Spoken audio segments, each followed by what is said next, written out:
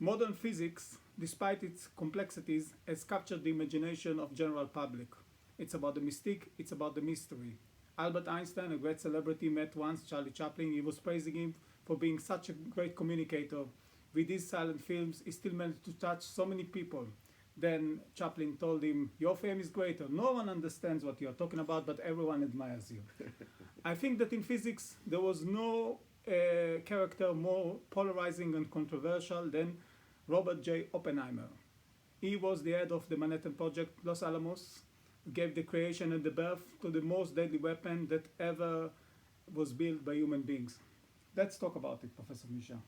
Yes, physics also captivates the human minds, especially in 20th and 21st century, because it made such a huge, obvious difference for us. Mm-hmm. Good difference and bad difference. Like, for example, Los Alamos, which you mentioned, opened the new nuclear era in the history of mankind, and Julius Robert Oppenheimer played a very big role in that. He was a very interesting and very controversial figure, and it's not surprising that a big film is coming about him, because he came from a very distinguished family. Yeah, wealthy Jewish family. Yeah. Actually, it was a wealthy family, but his father actually coming from scratch, coming completely built his own wealth, and the mother was an artist. Yes, his father came from Germany, a German Jewish family. Oppenheimer is quite well-known German Jewish family. Came completely without anything, built up quite considerable wealth. Married this lady who was traveling. She was artist. She lived in Paris. Yes. Very European family in the middle of New York, which at that time was probably less frequent than now. So basically, Robert Oppenheimer was born with a silver spoon in his mouth, so to say. And he had very good education from early age. He had a very good education from early age. He was traveling in the past. He was riding horses. He was traveling to Europe, which was extremely rare on those years. If you can imagine, even from England to France, only rich people could travel. From America, it was not unheard of, but you need to be quite wealthy. He had at home like a gallery of the first-rate artists painting. Picasso and yes, Picasso, and other modern artists, extremely influential. Modern artists of that time. He spoke quite a lot of foreign languages. Late in life, he was easily could quote Bhagavad Gita in Sanskrit. I think his PhD was done in German. So basically, he was born in a silver spoon in his mouth, but at the same time, he put a lot of effort. Yeah, he took a lot of courses apparently in college. Another interesting point, don't want to rush it too much, but I want to mention that I think that unlike the other great scientists that were involved in Los Alamos and just generally in physics, a lot of Europeans came to America. They brought the European science into America, which was very advanced when it comes to quantum mechanics and physics in general, and he went to study in Cambridge, I believe, and then brought from there. He's an American that actually went to Europe and brought it back to America, and I think that was part of what actually contributed to his future success. Absolutely, I just wanted to say that. So basically, what happened? He has a combination of three unbelievably great universities. He started in Harvard, did his undergraduates, etc. He went to Cambridge. He studied under a future Nobel Prize winner, and then he went to Göttingen, which in Germany, which was actually, like people say, Mecca of physicists before the Holocaust, before Hitler came to power. And he was studying under another Nobel Prize winner, and the person who was looking at his viva of his PhD examination was another Nobel Prize winner. So he was surrounded by all these completely great people, did his PhD at the age of 22 years and 11 months. He was very talented, although unbelievably talented. Very talented man. Although I understand there were some opinions there and there. Some people considered him to be maybe it was about him not necessarily being able to articulate himself too well. Apparently, when he came to teach, he was not necessarily the best teacher at the very beginning, was because he was quite chaotic. It was difficult for him to express himself. That's what I've read about him. Well, so basically, let's kind of go a little bit back. After he graduated, after he became a PhD in physics, obviously in Göttingen, at the age of 22 and 11 months, he went around Europe. he even was giving lectures in physics in Dutch, Yes, yes, I read about which it as without knowing the language very well. He eventually went back to America, and there is no surprise that he was absolutely, well, basically universities were fighting for him. well. He had kind of to split his time between different universities. He went to California, although he was from New York. And why it is like this? Because unlike now, we kind of accustomed in the last 70 years, 80 years, that America is scientifically in physics and other subjects leading the world. Yes. But it was not always that way. In a way, the kind of Hitler's coming to power in 1933 prompted a lot of people of Jewish descent, people who were married to Jews like Enrique Fermat. All people who just didn't want exactly. People who didn't want to be under Hitler. Under fascist or Hitler. And Anti-fascist, a lot of people. So basically a lot of people, a lot of brilliant people just moved from Germany, Hungary, other countries, and some of them moved to the UK and helped UK science as well, but the majority, the bulk, went to America. And together with kind of growing and strong American community, which you shouldn't kind of neglect the physics which existed in America and States before 1933. But together with them, they built, and the further immigrants, people who came after, they built a completely magnificent and very powerful American science. And the atomic bomb is the result, is the conclusion. Not that it's necessarily just the result that can, how should I say it, be an umbrella conclusion to everything in physics, but it says a lot about what they managed to achieve. Of course, atomic bomb and the hydrogen bomb, everything was, but as well, what we mentioned last time, von Neumann's coming and starting Computers. together with American people, starting the computers. So it was not only military. Military was very important at that time because these people, you need to understand that these were people who were persecuted by Hitler. Yeah, of course. Both Jewish and Einstein wrote non-Jewish. the letter, the famous letter. So because of him, Manhattan Project became what is known to be, because he was very influential and he was a great celebrity. Well, Oppenheimer himself could not write a letter like that to the president and convince him to start the atomic program.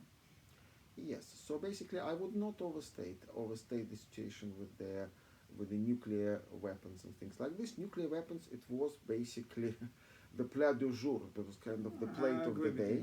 That was necessities which people saw. They saw how easily Hitler took France, took a lot of part of the Soviet Union.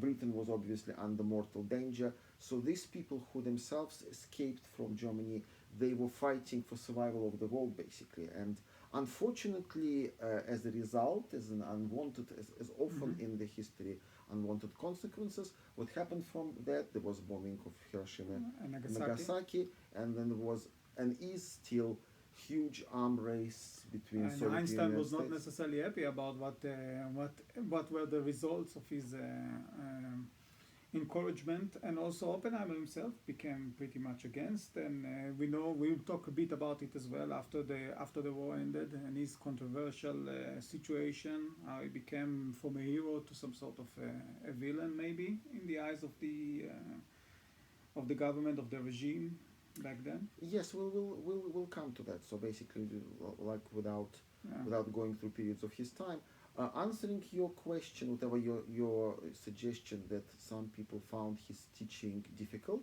Apparently, his students, he was a little bit like Marmite. Either you love him or hate him. So people who didn't want to be with him, they found him a bit strange, a bit aloof, a bit kind of distant. Some people he had a following. He was adored and liked by his students, his PhD students. They even kind of mimicked and followed his style and his mannerism, which was very interesting. It was quite unusual for that time. His first PhD student was a woman, which in the 1930s, or even late 20s, in America, it was very unusual. And he was growing and growing in his kind of fellowship. He was nominated, I think, three times The Nobel Prize. Nobel Prize, and there was an opinion among some physicists that had he lived long enough, some of his predictions, some of his kind of theoretical physics would ideas have won him a prize. would have won him prize. As we know, quite a few Nobel Prize winners, they lived well into their 80s, and something what they suggest when they were 20s. He passed away from cancer. He was prematurely. But before, by the way, just another point about it.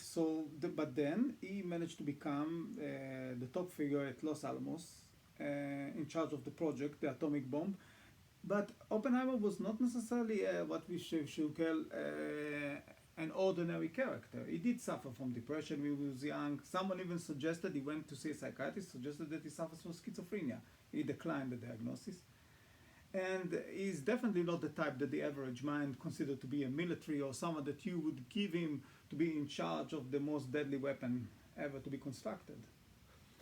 Yes, so basically, again, if we go back, and it's very interesting, it's very pivotal decision which General Groves, the leader of the Manhattan Project, made.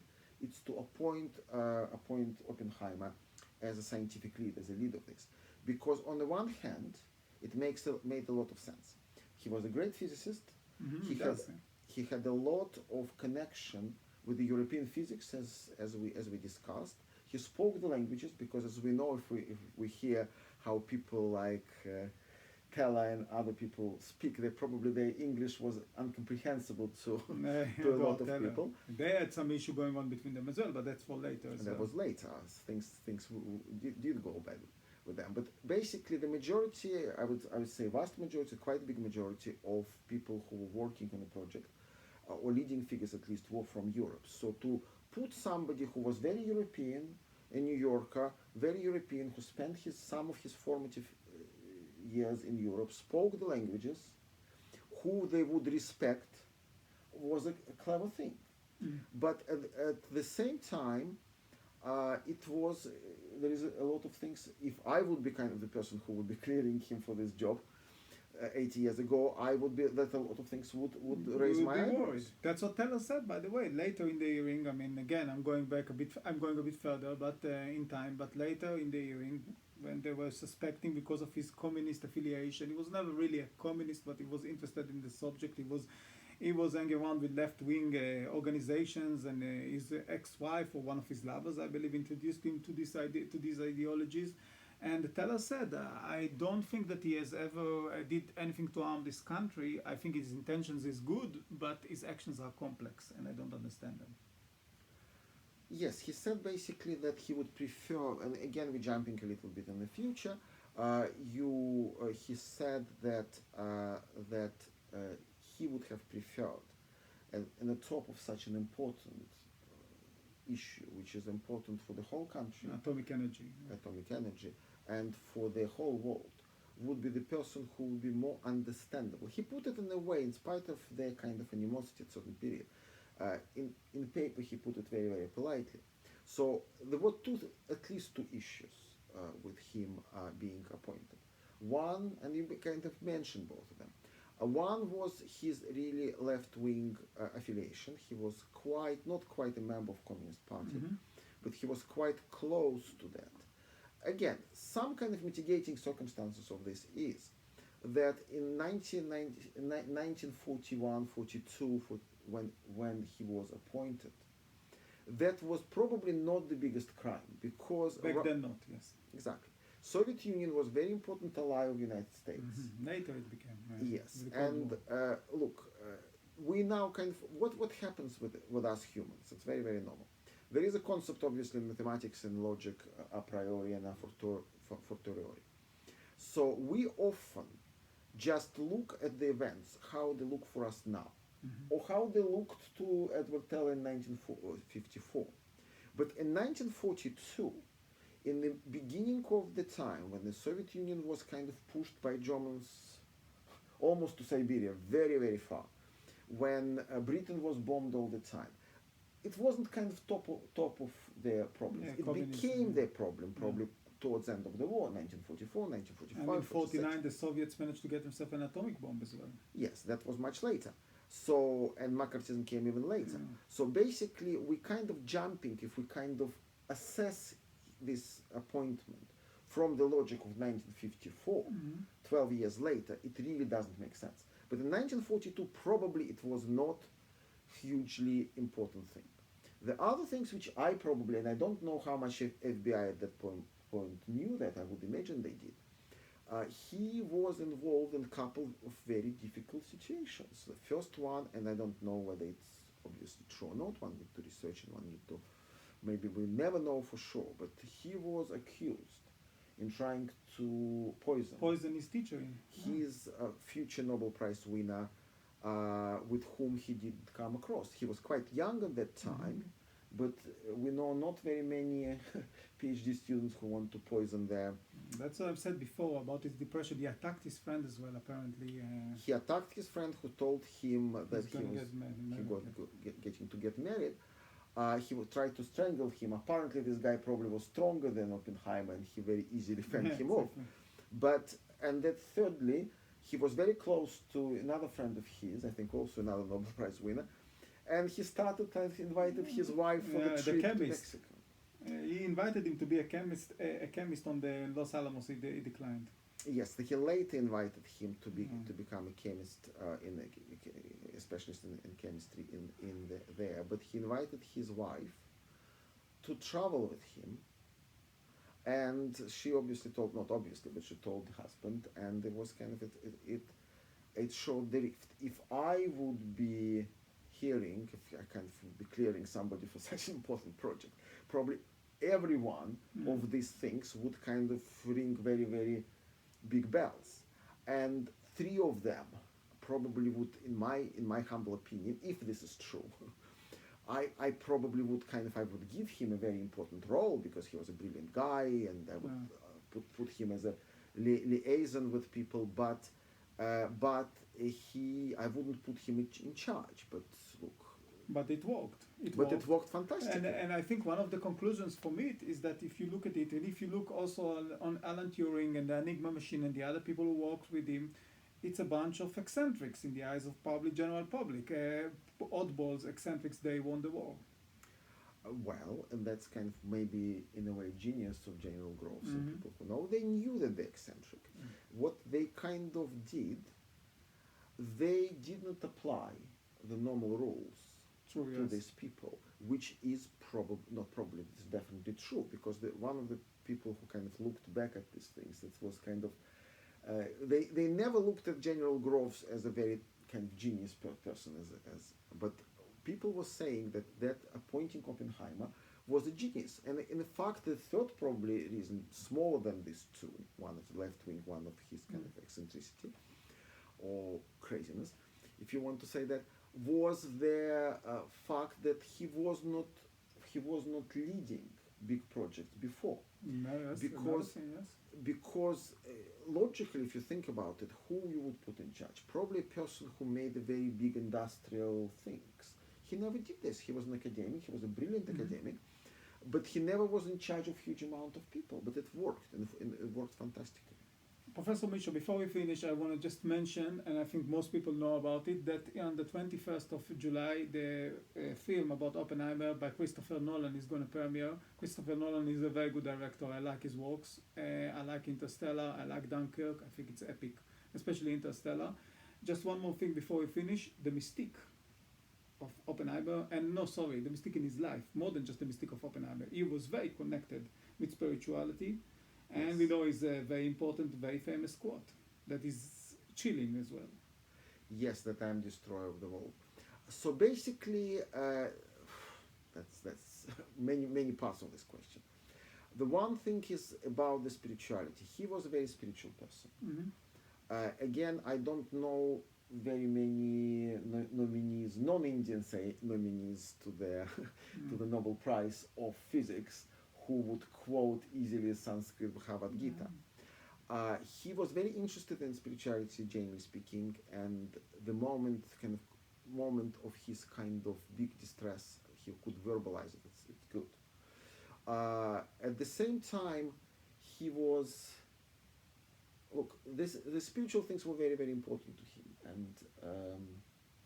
and it is a pity that a lot of things in his life was so difficult, but it was difficult for many other people. In fact, he lived also quite relatively short life, longer than Alan Turing or Mr. Neumann, Johnny von Neumann, but he also still lived about 63 years, which is in a way surprising for being like chain smoker as he was. And so close to nuclear experiments. Yes, well, we have so much to say about Oppenheimer. Honestly, we just touched the We tip of really the iceberg. scratched the surface Yeah. because, and I'm actually not surprised that Mr. Nolan, doing the film about Oppenheimer, because with many scientists that we already touched, it's not so much you can say, but there was congresses and there was interesting project and was this and this. Mm. His life, he's very controversial. He's like he's a saint, he's a hero, and he's a He's villainizer everything, other yes. people. So he's Yeah. kind of absolutely fascinating person. It's I'm looking forward as well about the film, and it's completely not a coincidence. And there were films about Manhattan Project before, which is a very important, very pivotal part of the 20th century and our era. We kind of a lot of things which we're living in the last whatever 78 years is under shadow Of of course, these things. it's What I want to say about these things, yes, he was. You mentioned that. You mentioned Einstein's kind of apprehension and fear about the nuclear weapons. Apparently, what happened with Oppenheimer, he was relieved when the tests happened that it was successful, and apparently he was in favor of Hiroshima bombing, because in the mind of many people that would save a lot of American and Japanese life yes. of the storming. Millions and millions of people would have died, but he never could understand why the second bombing was necessary. Yeah, Nagasaki, yes. Nagasaki. And that's why it's very interesting as well. And last thing what I want to say today, because we should come back to this issue, Yeah. that in a way he was received in Japan in spite of the fact that he was basically the organizer of the two bombs which fell in Japan. Japanese people somehow understood that, and he was. Maybe they could relate to the moral decisions, which are very difficult. It's extremely complicated situation. It's It a was situation very, very of a war, complicated.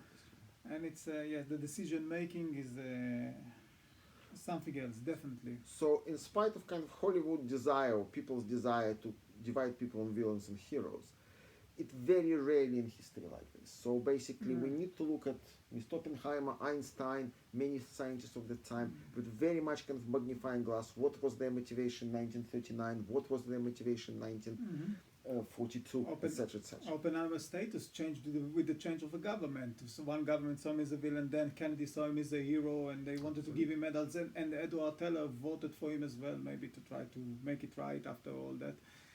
There is so much to say. Thank you very much, Professor Misha. Thank you very much. Great. Thank you.